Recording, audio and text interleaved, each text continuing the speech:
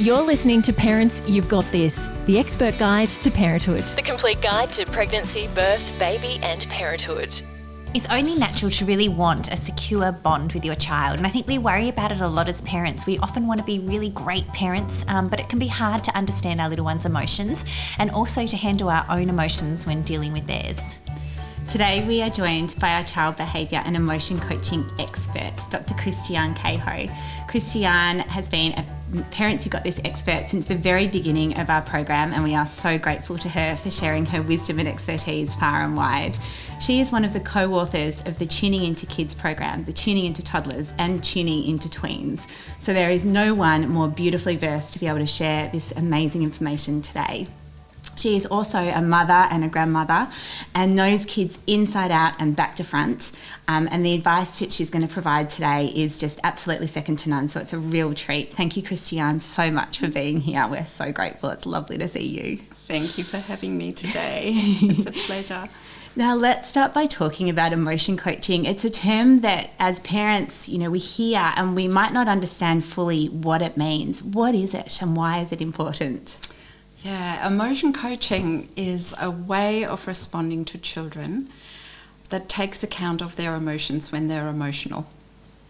Okay. It sounds simple and intuitive, but actually it's not what we've traditionally always done. Typically when children are emotional, we've focused on their behaviours, and we've been taught to focus on behaviours and set limits around behaviours that we don't want to see and encourage positive behaviours. And emotion coaching is really different. It recognises that very often emotions underpin, well, all the time really, emotions underpin behaviours. They really drive the behaviours that we see in children. And it recognises the importance of responding to those emotions that are underneath to really help the children develop healthy emotional skills. And how do children develop those emotions and parents an understanding of what those emotions mean? Yeah, so emotions are actually by children initially experienced in their bodies. So when they're very little, when they're newborns, they feel all emotions very physiologically in their bodies.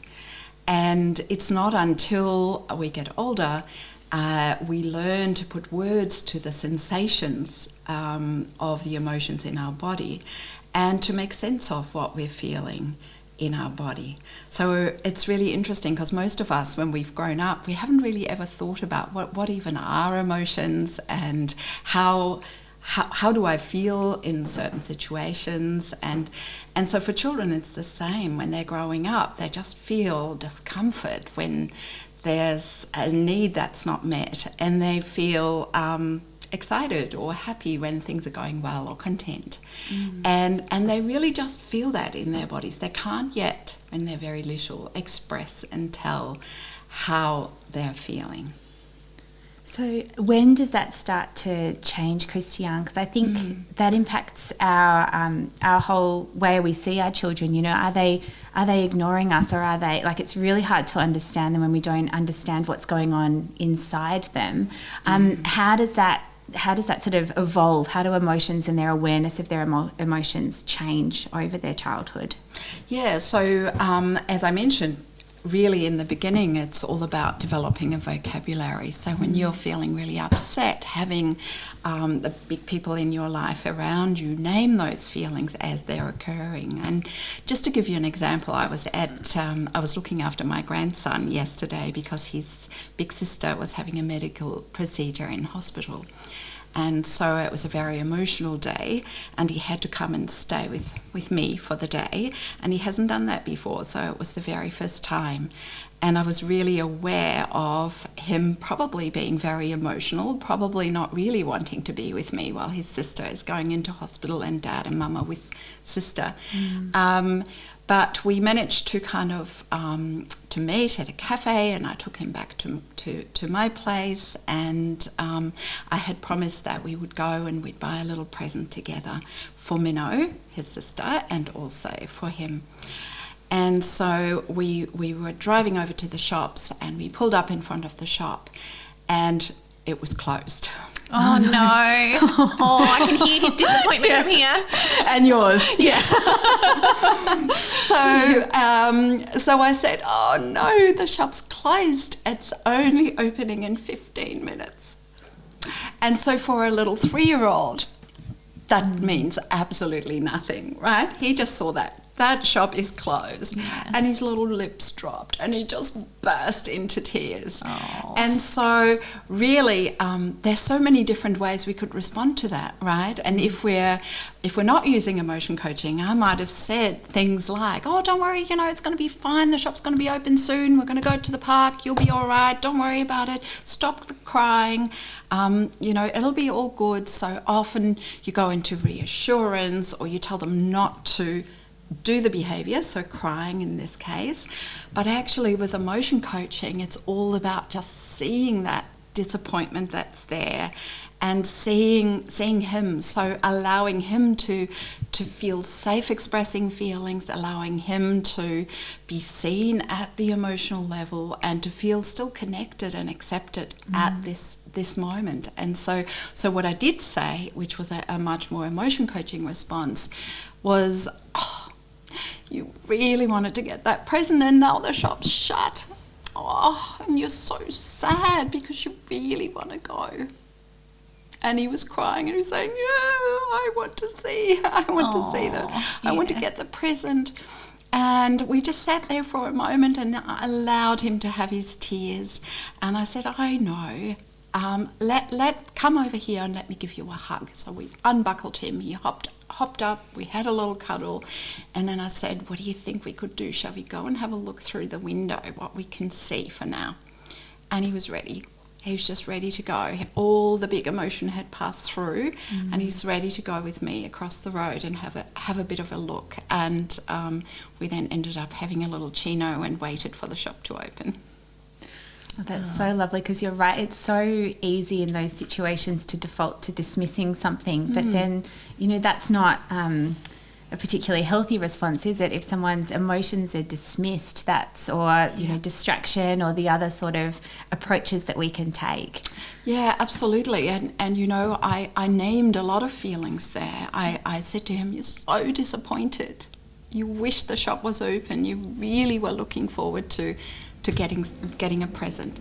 And so you can see how, yes, the overwhelming emotion was sadness and he was having a little meltdown, but he actually learned that was driven by his intense disappointment.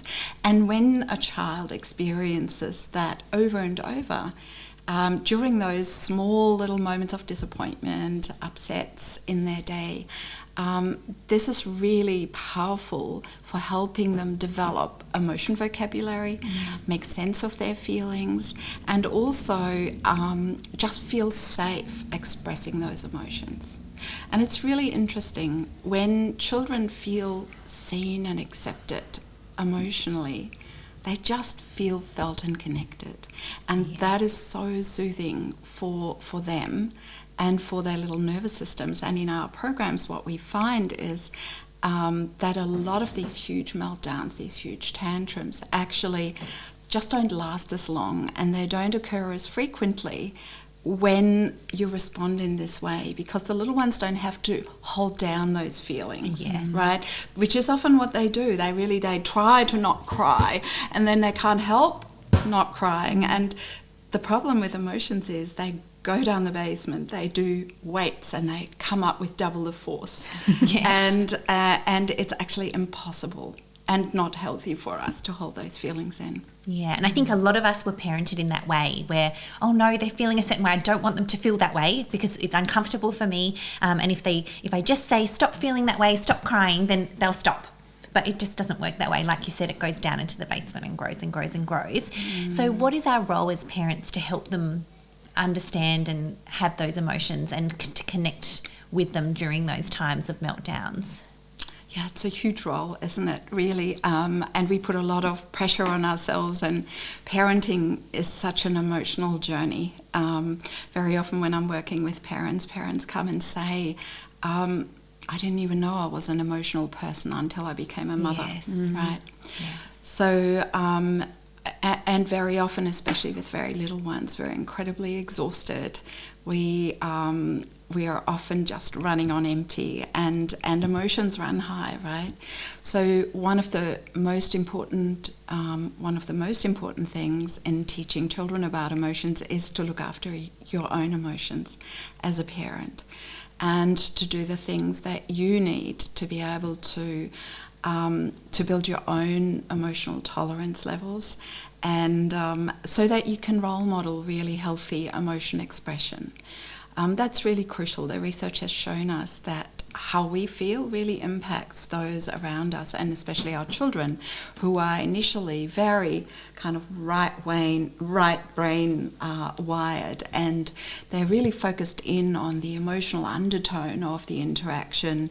They really watch your facial expressions, and a worried face often can look like a cross face to a little one. So they're not very good yet at kind of figuring out how you're feeling, and they're always kind of checking in. Even when they're meeting strangers, they will look at the stranger, and then they'll look at your face, and they'll see what is your emotional reaction to that person that's just come along.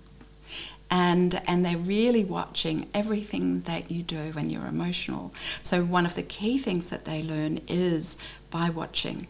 And so that's why it's so important to be able to do that a little bit more consciously, be more present, and really focus on having somebody that emotionally refuels you, or do things that emotionally refuel you.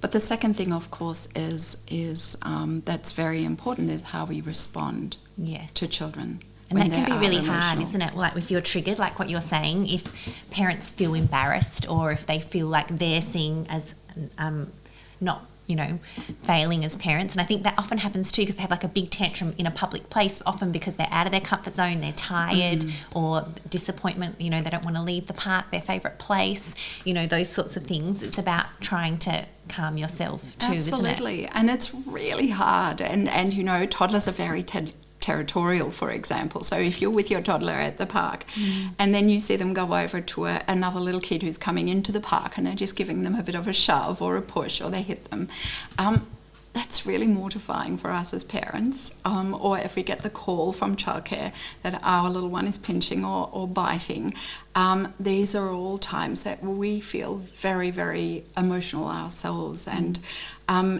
we often, when we are experiencing these kind of behaviours that are so difficult to control, right? It can trigger us, and it can trigger us into trying to shut everything down very quickly. But actually, it's really counterproductive. What we're really needing to do is working with naming those feelings. So when there are emotions present, is really just naming them, to tame them. Saying that, whoa, you're really wanting this space to yourself right now. You're disappointed that there's other kids coming here. Or it might be anything about sharing a toy and recognizing that it's difficult to share a toy, or that it's hard to wait your turn, and really empathizing and validating their experience before we go into shaping behaviours. And that's really crucial, and it really develops their ability to then learn to name their own emotions, which is part of learning really healthy self-regulation skills. On that, Christiane, can you talk to us a little bit about their brain development and when they actually start to learn that self-regulation? Because it's not something that we're born with, is it?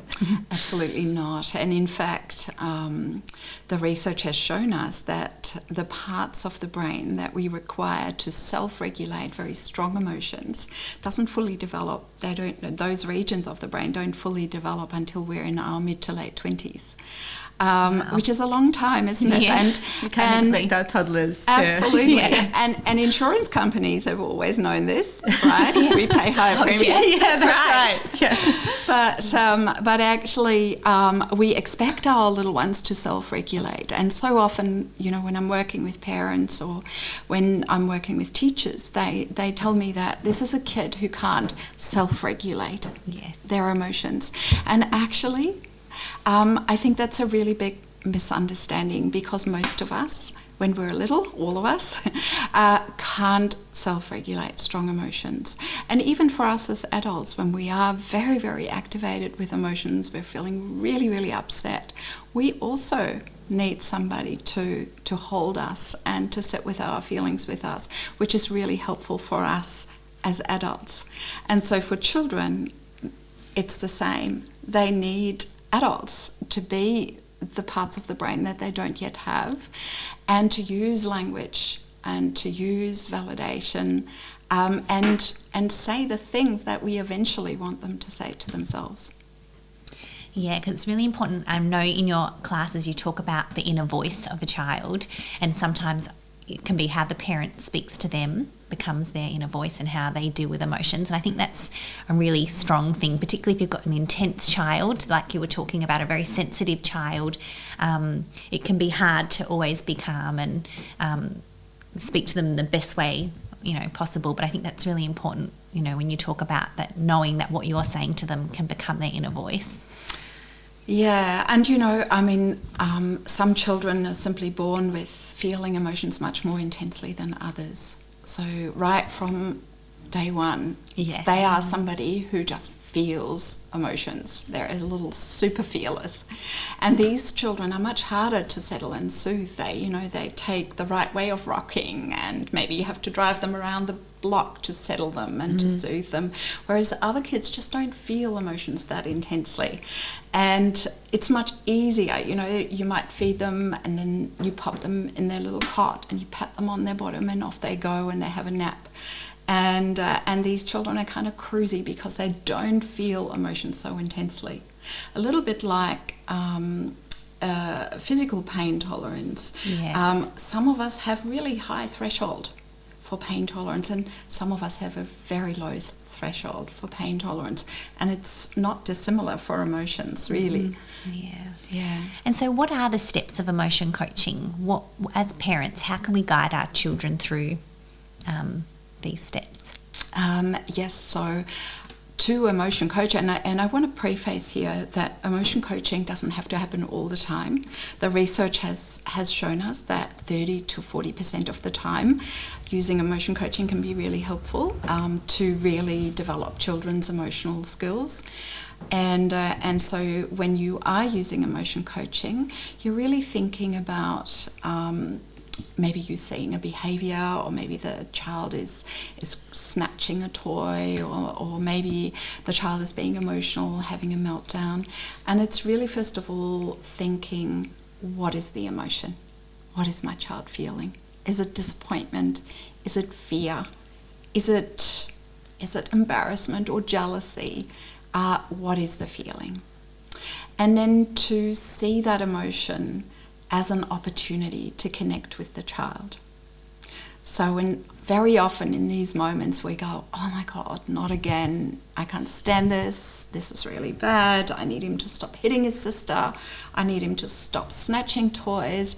But actually to instead reframe and to say to yourself, I wonder if this is an emotion coaching opportunity. I wonder if I can connect with my child here about what they're feeling. And then you pause for a moment, and you might get to their eye level, and you might say something like, oh, you're so disappointed. You really wanted that toy too, and you were just playing with that toy. And now your little baby sister got it. Yeah.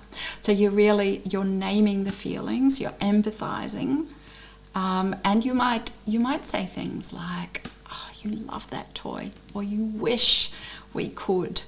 So giving in fantasy what you can't grant in reality, really empathizing with them. And then you might also name feelings, and it might be just one emotion, or it might be several. It might be that you're naming their frustration. You got so frustrated because you were so disappointed. Yeah.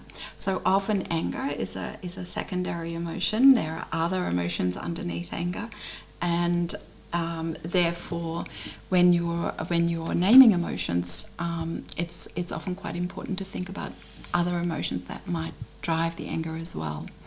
And then the last step is when we might set limits around behaviours. But we're very careful here that we're really clearly separating the behaviours from the emotions. And the first kind of 4 steps, where we're noticing the feeling, connecting around the feeling, empathising and naming emotions, comes first. And it really is all about emotion acceptance.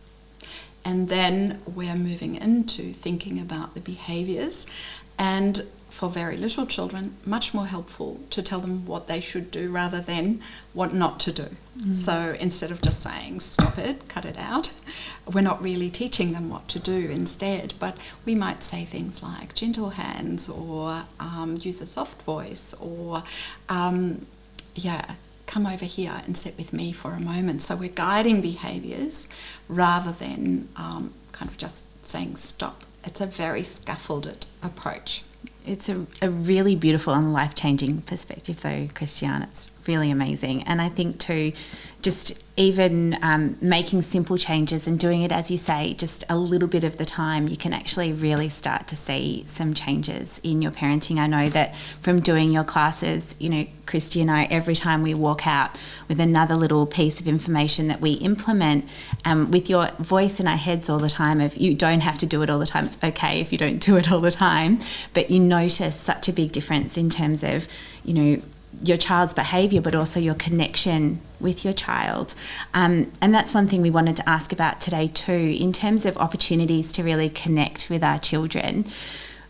Previously, we've talked about things like, you know, stopping and being mindful with them when you do up your shoelace, when they do their shoelaces and you're helping them to tie their shoes in the morning. Can you talk to us about other opportunities that as parents we can really connect with our children and develop that? Yes, well, it's interesting, isn't it? Especially small children, they have an inbuilt need for connection, so they really seek out connection all the time with us. So partly it's about recognising when they are putting out little bits for connection, and partly it's about recognising also when not to go in there with connection, because sometimes they actually want to be independent. They want to do their own shoelaces, and they don't want you to interfere.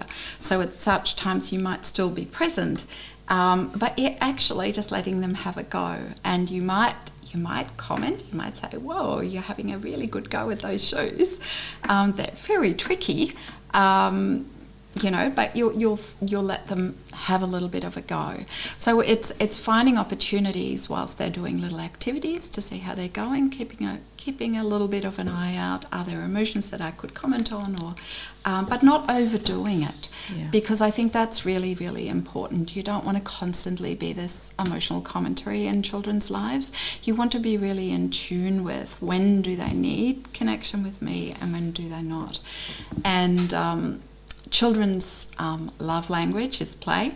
So I think connecting through play is a really wonderful way of finding connection. They'll often ask you to play, and when you play with very little ones, something that's a lot of fun, they'll want to do it over and over and over again, because they feel connected with you. It's like a favourite book over and over and over, because also through book reading we can feel connected. I love that it can be the little things in life, isn't it? And, you know, softly dressing them opposed to, or putting them into the car seat gently opposed to like buckling them in because they're always in a hurry, you know, like. Absolutely. I think those moments are the moments where you can just build in a little pause to just connect with them and do things a little bit gently. We are so rushed all the time, and our stress kind of infects the emotional climate that is in the family very, very quickly. And so when we can just pause a lot more often, and to notice those small moments where we can just very briefly connect, picking them up from childcare, just really getting down to eye level and giving them a big hug before we start chatting to the other mums or dads or to the childcare workers. That it's these little opportunities that we take that make a really big difference. Or even when you get home, to just build in that 3-4 minutes to connect with them, to sit with them, not necessarily even talking, just to be there with them, and then let them explore after that. They're often not very patient sitting next to you anyway, but it's just giving them those opportunities, isn't it? Definitely. And I think they download their stress that could have happened days ago or during the day when you're not there on you, and I always try and take a deep breath before I go and pick them up from school, knowing that they're going to tell me everything that had happened, or sometimes not, or sometimes be in a mood, and just try and just be there for them in those moments, I think. Yeah, and I really like that because, the more we do that with the little things that they tell us about when they're very little, and you have a regular time where you can talk about emotions, and often that's bedtime for children, but it might also be in the car on the way home. But the more we do that and the more we signal that it's emotionally safe to express my feelings, to share with you what's happened, it doesn't become a really big deal. It's just kind of matter of fact. The more we build these safe spaces for our children that they can share the big stuff into when they become teenagers as well. Oh, Christiane, thank you so much for sharing your insights and information with us today. It is helping so many parents everywhere. We are really, really grateful to you. Thank you for listening to the Expert Guide to Parenthood podcast. Never forget, parents, you've got this. Join a Parents You've Got This masterclass today to be prepared, excited and educated for pregnancy, birth, baby and parenthood. Visit www.parentsyouvegotthis.com.au and sign up for a masterclass today.